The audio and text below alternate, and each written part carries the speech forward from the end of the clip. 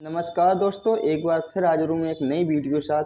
आज हम बात करते हैं भारत के संविधान में भाग 4 राज्य के नीति के निर्देशक तत्व। इस भाग में जब तक कि संदर्भ से अन्यथा अपेक्षित न हो राज्य का वही अर्थ जो भाग 3 में है। अब बात करते हैं इसमें इस भाग में अंतर्विष्ट तत्वों का लागू होना। इस भाग में अंतर्विष्ट उपबंध किसी न्यायालय द्वारा परिवर्तनीय नहीं होंगे, किंतु फिर भी इनमें अधिकतर तत्व देश के शासन में मूलभूत और विधि बनाने में इन तत्वों को लागू करना राज्य का कर्तव्य होगा। राज्य लोक कल्याण की अभिवृद्धि के लिए सामाजिक व्यवस्था बनाएगा।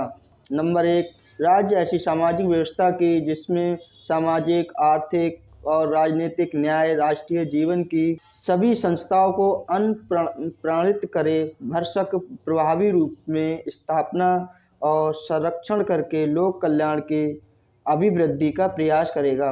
नंबर 2, राज्य विशिष्ट आय की असमानताओं को कम करने का प्रयास करेगा और न केवल व्यक्तियों के बीच बल्कि विभिन्न क्षेत्रों में रहने वाले और विभिन्न व्यवसायों में लगे हुए लोगों के समूह के बीच में प्रतिष्ठा, सुविधाएं और अवसरों की असमानताएं समाप्त करने का प्रयास करेगा।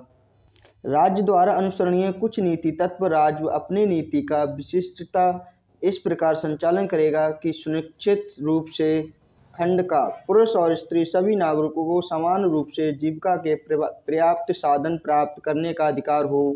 खंड का समुदाय के भौतिक संसाधनों का स्वामित्व और नियंत्रण इस प्रकार बांटा हो जिससे सामूहिक हित का सर्वोत्तम रूप से समाधान हो।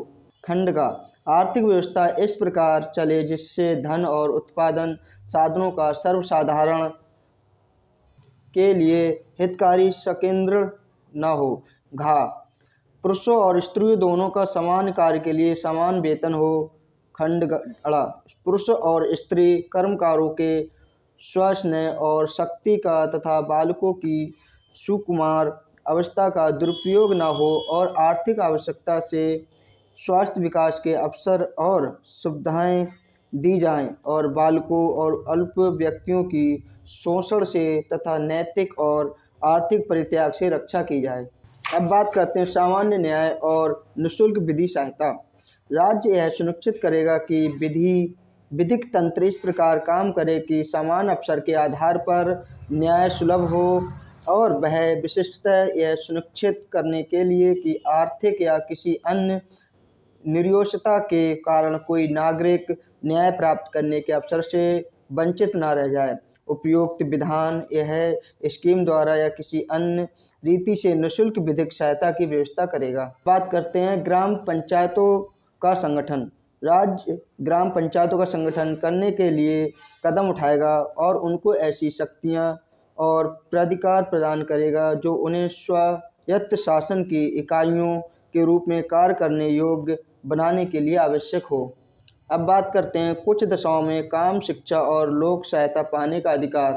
राज्य अपनी आर्थिक समन्वय और विकास की सीमाओं के भीतर काम पाने के लिए, शिक्षा पाने के और बेकारी, बुढ़ापा, बीमारी और निःशक्तता तथा अन्य अनहर अभाव की दशाओं में लोक सहायता पाने के अधिकार को प्राप्त करने का प्रभावी उपबंध करेगा।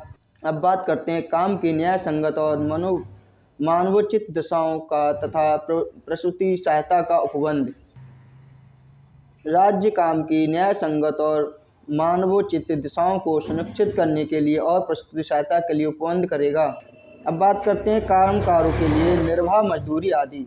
राज्य उपयुक्त विधान या आर्थिक संगठन द्वारा या किसी अन्य रीति से कृषि के, उद्योग के या अन्य प्रकार के सभी कर्मकारों को काम, निर्वाह मजदूरी, शिष्ट जीवन स्तर और अवकाश का संपूर्ण उपयोग सुनिश्चित करने वाली काम की दशाएं तथा सामाजिक और सांस्कृतिक अवसर प्राप्त कराने का प्रयास करेगा और विशेषतः ग्रामों में कुटीर उद्योगों को व्यक्तिगत या सहकारी आधार पर बढ़ाने का प्रयास करेगा।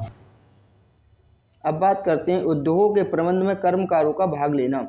राज्य किसी उद्योग में लगे हुए उपक्रमों, स्थापनों या अन्य संगठनों के प्रबंध में कर्मकारों का भाग लेना सुनिश्चित करने के लिए उपयुक्त विधान द्वारा या किसी अन्य रीति से कदम उठाएगा। अब बात करते हैं नागरिकों के लिए एक समान सिविल सहायता। राज्य भारत के समस्त राज्य क्षेत्र में नागरिकों के लिए एक समान सिविल सहायता प्राप्त कराने का प्रयास करेगा। अब बात करते हैं बालकों के लिए निःशुल्क और अनिवार्य शिक्षा का उपवन।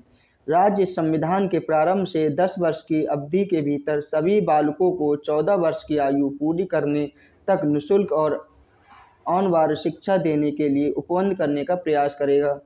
अब बात करते हैं अनुसूचित जातियों, अनुसूचित जनजातियों और अन्य दुर्बल वर्गों के शिक्षा और अर्थ संबंधी हितों की अभिवृद्धि।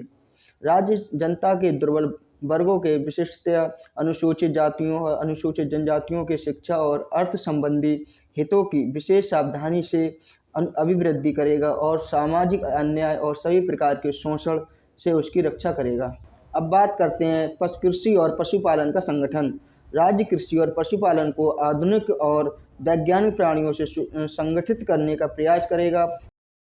विशिष्टतया गायों और बछड़ों तथा अन्य प्रतिषेध दुधारू और बाघ पशुओं की नस्लों के परीक्षण और सुधार के लिए उनके वध का प्रतिषेध करने के लिए कदम उठाएगा। अब बात करते हैं पर्यावरण का संरक्षण तथा संवर्धन और वन तथा वन्य जीवों की रक्षा। राज्य देश के पर्यावरण के संरक्षण तथा संवर्धन और वन तथा वन्य जीवों की रक्षा करने का प्रयास करेगा। अब बात करते हैं राष्ट्रीय महत्व के स्मारकों, स्थानों और वस्तुओं का संरक्षण। संसद द्वारा बनाई गई विधि द्वारा या उसके अधीन राष्ट्रीय महत्व वाले अघोषित किए गए कलात्मक या ऐतिहासिक अभिरुचि वाले प्रत्येक स्मारक या स्थान या वस्तु का यथास्थिति लुट्टन, विरूपण, विनाश, अपसारण, बयान या निरास्त से संरक्षण करना राज्य की बाध्यता होगी।